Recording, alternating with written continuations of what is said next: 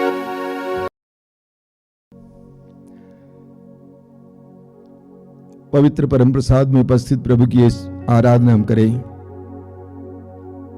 अपने मन और हृदय को पूरी तरह से एकाग्र करना, आंखें बंद कीजिए। जीवित प्रभु इस समय हमारे बीच में विराजमान है। आप जहां कहीं भी बैठे हो इस समय प्रभु की उपस्थिति में बैठेंगे।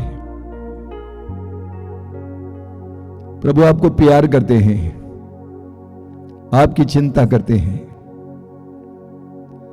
प्रभु इस संसार में आप और मुझे स्वतंत्र करने आए, आजाद करने आए, चंगा करने आए, हर प्रकार के बंधन से आजाद करने के लिए आए हैं। यानी वो हमें प्रेम करने वाले हैं, हमारे बारे में सोचने वाले हैं। एक ऐसे महान प्रभु की उपस्थिति इस समय अनुभव करना, अपनी आंखें बंद करना और अपने हृदय को खोलना। इस समय प्रभु की आराधना कीजिए। इस समय अपने हृदय की गहराई से प्रभु से कहिए कि प्रभु मैं तेरी आराधना करता हूं, मैं तेरी स्तुति करता हूं सभी स्वर्गदूतों संतों के साथ। मैं तेरी जय जयकार करता हूं, तेरी स्तुति करता हूं। यीशु तू सर्वोच्च है, सर्वशक्तिमान है, तू सर्वज्ञानी है, सर्वत्र है, तू सबको जानता है, सबके हृदय की एक एक बात को जानता है। प्रभु यीशु समय मैं तेरी आराधना करता हूं, तेरी स्तुति करता हूं।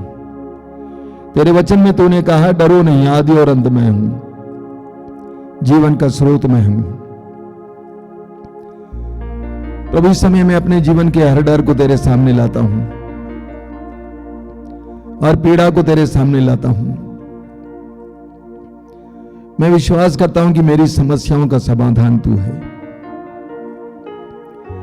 मेरे सवालों का समाधान तू है। मैं विश्वास करता हूं यीशु। प्रभु यीशु तूने कहा डरो नहीं। मैं हमेशा डरे रहता हूं अपने भविष्य के बारे में सोचकर, विभिन्न प्रकार के बंधनों को देखकर डर जाता हूं, रोग और पाप में बातों को देखकर डर जाता हूं, परिवार की परिस्थिति को देखकर डर जाता हूं। यीशु मैं विश्वास के साथ तेरे सामने आया हूं। इस समय मुझ पर दया करना, मुझ पर दया करना, मेरे हृदय को शुद्ध करना, तेरी कृपा के योग्य बनाना। यीशु मैं अपने जीवन की सारी विपत्तियों पीड़ाओं को तेरे सामने रखना चाहता हूं, लेकिन तू जानता है, मैं जानता हूं। यीशु मैं तुझसे क्या कहूं, एक एक बात तेरे सामने है। यीशु मेरे परिवार की परिस्थिति तेरे सामने है, मेरी परिस्थिति तेरे सामने है, मेरे शरीर की परिस्थिति तेरे सामने है। यीशु मैं विश्वास करता हूं कि तू मेरा ख्याल करता है, तू मेरी सुधि लेने वाला प्रभु है। मैं विश्वास करता हूं यीशु। इस समय तेरे सामने अपने जीवन की एक एक बात को समर्पित करता हूं। आइए यीशु, आइए मेरे जीवन में, आइए मेरे परिवार के जीवन में, आइए। जिस तरह तू इस वेदी पर इस समय विराजमान है, उसी तरह मेरे हृदय में विराजमान हो, मेरे परिवार की वेदी पर विराजमान हो। यीशु शासन करने आइए। यीशु आइए, मैं तेरा स्वागत करता हूं इस समय अपने जीवन में, मेरी परिस्थितियों में स्वागत करता हूं। यीशु स्वागत करता हूं। आइए यीशु मेरे मुक्तिदाता, मेरे एकमात्र मुक्तिदाता मेरे जीवन में आइए। मैं तुझ पर ही भरोसा रखता हूं और किसी पर नहीं यीशु, क्योंकि मैं जानता हूं कि तेरे सिवा दूसरा कोई मुक्तिदाता नहीं है। मुझे बंधनों से आजाद करने वाले, मुझे स्वतंत्र करने वाला नहीं है। हे यीशु आइए मेरे जीवन में, आइए आइए मेरे जीवन में, आइए। एक दो पल मेरे भाई और बहनों अपने दोनों हाथ खुला रखना, अपनी आंखें बंद रखकर प्रभु की आराधना में बिताइए। मौन होकर प्रभु की आराधना में बिताइए, मौन होकर प्रभु की आराधना में बिताइए।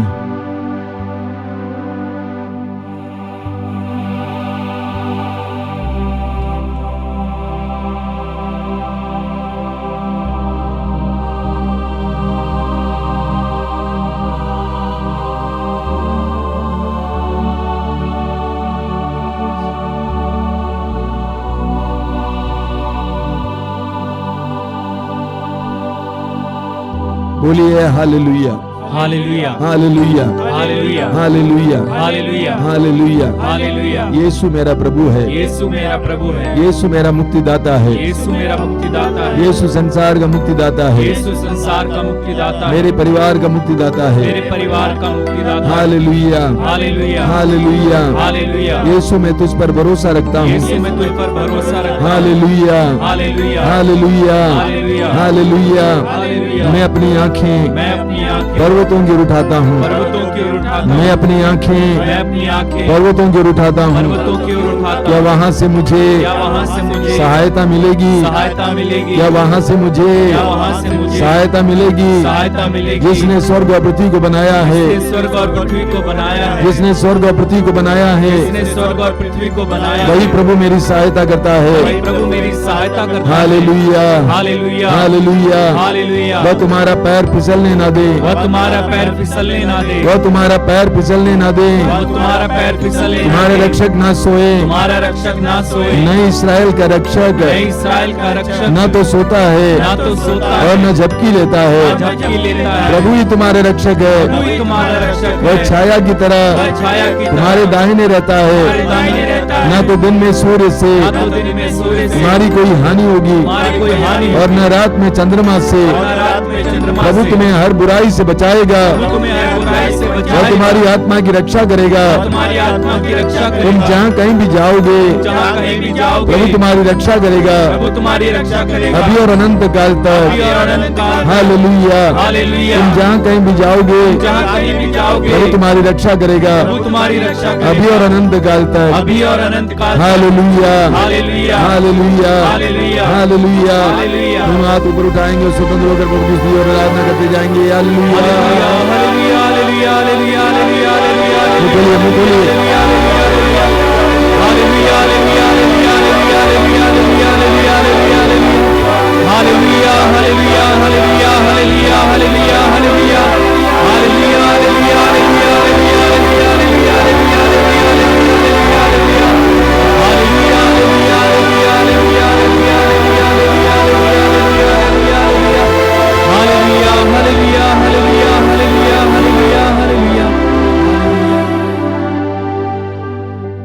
आराधना हो आराधना, प्रभु यीशु की आराधना।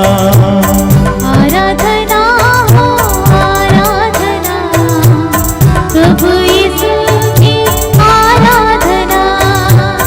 आराधना हो आराधना, प्रभु यीशु की आराधना। आराधना हो आराधना, प्रभु यीशु की आराधना। पवित्र दिल से आराधना, प्रेमी मन से आराधना। पवित्र दिल से आराधना, प्रेमी मन से आराधना। आराधना हो आराधना, प्रभु यीशु की आराधना। गाएं। आराधना हो आराधना, प्रभु यीशु की आराधना। मेरे मसीहा की आराधना, जीवन दाता की आराधना।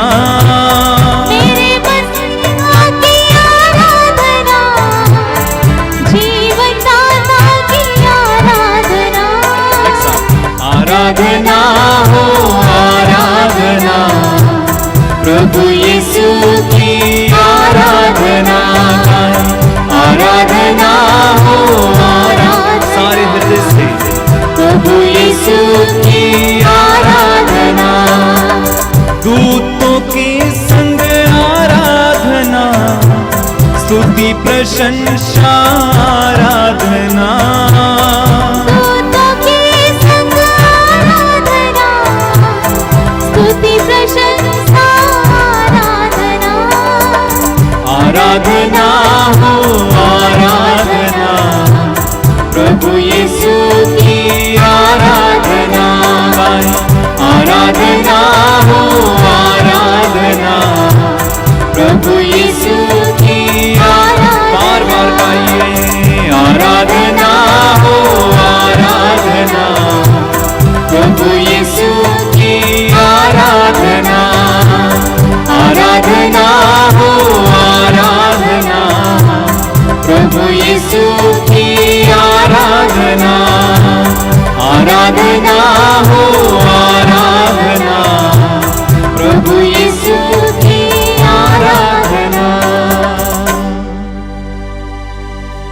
अपनी आंखें खोलें। मेरे प्रिय भाई और बहनों, हम प्रभु की उपस्थिति में बैठे हैं। प्रभु की उपस्थिति हमारे साथ है, हमारे बीच में है। आप जहां कहीं भी बैठे हैं, प्रभु की उपस्थिति अनुभव करना। लूकास के सुसमाचार के अध्याय 8 वाक्य 22 में प्रभु कहते हैं, हम झील के उस पार चलें। चलो हम झील के उस पार चलें। एक बहुत बड़ी घोषणा है, प्रभु का आह्वान है, प्रभु की पुकार है हर मनुष्य के लिए, आप और मेरे लिए। प्रभु यीशु आवाज देते हैं, पुकारते हैं, चलो हम झील के उस पार चलें। अभी आराधना के लिए आते समय एक मां रोती हुई अपनी जवान बेटी को मेरे पास लाई। 26 साल की लड़की, पिछले करीब 8-10 साल से कुछ लड़कों के वश में पड़ी हुई है, पढ़ी लिखी है, लड़कों के चंगुल में फंसी है। वो मेरी ओर देखना नहीं चाह रही थी। मैंने उसको करीब खड़ा किया। मैंने कहा, बेटे, प्रभु तुमको बचाना चाहते हैं। प्रभु तुमको इस दुनिया से बाहर लाना चाहते हैं। यीशु तुम्हें बचाएगा और तुम्हें एक नया जीवन देगा, तुम्हें एक इज्जतदार जिंदगी देगा। प्रभु यीशु कहते हैं, हम झील के उस पार जाएं। हम फंसे हैं, हम अटके हैं। क्या आप गलत दोस्ती में फंसे हुए हैं, गलत रिश्ते में फंसे हुए हैं? प्रभु यीशु कहते हैं, मैं तुमको सहारा दूंगा, बाहर आ जाओ।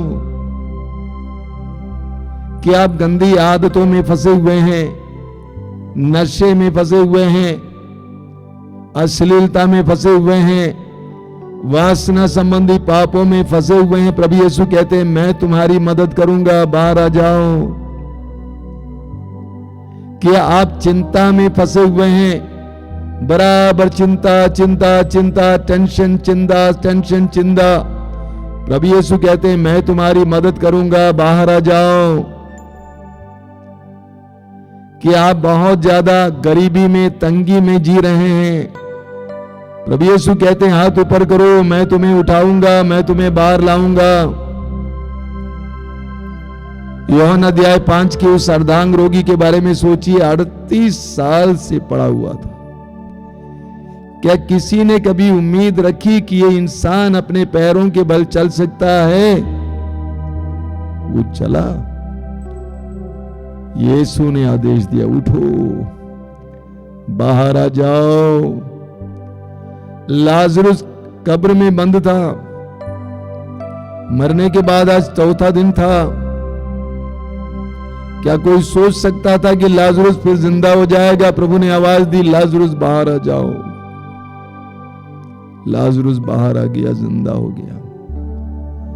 वही प्रभु यीशु आज हम में से हर एक से कहते हैं, चलो हम झील के उस पार चलें, मेरा साथ दो, मेरे साथ रहो, मैं तुम्हें ले चलूंगा, मैं तुम्हारे इन आंखों के आंसुओं से बाहर ले चलूंगा, मैं तुम्हारी इस गंदगी से बाहर ले चलूंगा, मैं आगे ले चलूंगा। इससे आज नबी अध्याय 25 उसके वाक्य 6 से देखिए, कितना सुंदर वचन है। वहां लिखा हुआ है, विश्व मंडल का प्रभु इस पर्वत पर सब राष्ट्रों के लिए एक भोज का प्रबंध करेगा, उसमें रसदार मांस परोसा जाएगा और पुरानी बड़ी अंगूरी। आगे लिखा हुआ है, वह इस पर्वत पर से, यानी विश्व मंडल का प्रभु इस पर्वत पर से सब लोगों तथा सब राष्ट्रों के लिए कफन और शोक के वस्त्र हटा देगा, वह सदा के लिए मृत्यु समाप्त करेगा। प्रभु ईश्वर सबके मुख से आंसू पोंछ डालेगा, वह समस्त पृथ्वी पर से अपनी प्रजा का कलंक दूर कर देगा। प्रभु ने यह कहा है, मेरे पीछे दोहराइए, hallelujah hallelujah hallelujah hallelujah hallelujah hallelujah hallelujah hallelujah. विश्व मंडल का प्रभु विश्व मंडल का प्रभु इस पर्वत पर से, इस पर्वत पर से सब लोगों तथा सब राष्ट्रों के लिए, सब लोगों तथा सब राष्ट्रों के लिए कफन और शोक के वस्त्र हटा देगा, कफन और शोक के वस्त्र हटा देगा, कफन और शोक के वस्त्र हटा देगा, कफन और शोक के वस्त्र हटा देगा, वह सदा के लिए वह सदा के लिए मृत्यु समाप्त करेगा। मृत्यु समाप्त करेगा। प्रभु ईश्वर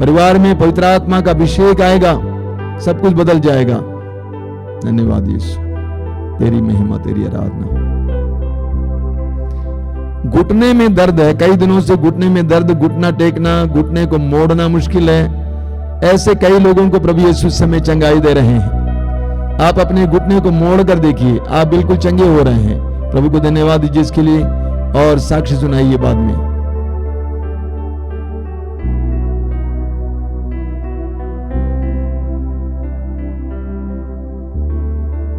अभी तुरंत परम प्रसाद की आशीष है, उससे पहले मैं आपको सूचनाएं देना चाहता हूं। सबसे पहली सूचना यह है, रोज सुबह 5 बजे रोज की रोटी का कार्यक्रम, जरूर भाग लेंगे उसमें। 6:30 बजे मिस्सा बलिदान, दोपहर को 3 बजे करुणा माला, रात को कृपा धारा आराधना। इसके अलावा हर मंगलवार को शाम को 5 बजे युवा तरंग युवाओं के लिए, हर शुक्रवार को पवित्र रक्ताभिषेक प्रार्थना और हर रविवार को इसी तरह सत्संग होगा। हर रविवार को दोपहर को 12 बजे और रविवार को सुबह 5 बजे मिस्सा बलिदान भी होगा। इन सारे कार्यक्रमों में भाग लीजिए, प्रभु की आशीष पाइए। जो लोग तेल और पानी लाए हैं, कृपया उनसे अनुरोध है कि वे अपने हाथ में उठा के पकड़ेंगे और प्रभु से प्रार्थना करेंगे, प्रभु इस तेल को शुद्ध कीजिए, पवित्र कीजिए और इसमें अपनी शक्ति उंडेल दीजिए। आइए प्रभु की स्तुति करें, बोलिए hallelujah, hallelujah, hallelujah, hallelujah. Yeshu की आराधना हो, यीशु की आराधना, यीशु की स्तुति हो, यीशु की स्तुति। हे प्रभु यीशु, हे प्रभु यीशु, इस तेल को, इस तेल को, इस जल को, इस जल को आशीर्वाद दीजिए, आशीर्वाद इसे दीजिए, शुद्ध कीजिए, इसे शुद्ध कीजिए, पवित्र कीजिए, पवित्र कीजिए। जो भी इसे ग्रहण करें, जो भी इसे ग्रहण जो भी करे, इसे धारण करें, जो भी इसे धारण उन्हें करे, चंगाई मिले, उन्हें चंगाई मिले, बंधनों से आजादी मिले, बंधनों से आजादी मिले, दुष्ट आत्माओं से छुटकारा मिले। दुष्ट आत्माओं से छुटकारा। Hallelujah, hallelujah, hallelujah, hallelujah, hallelujah. Hallelujah.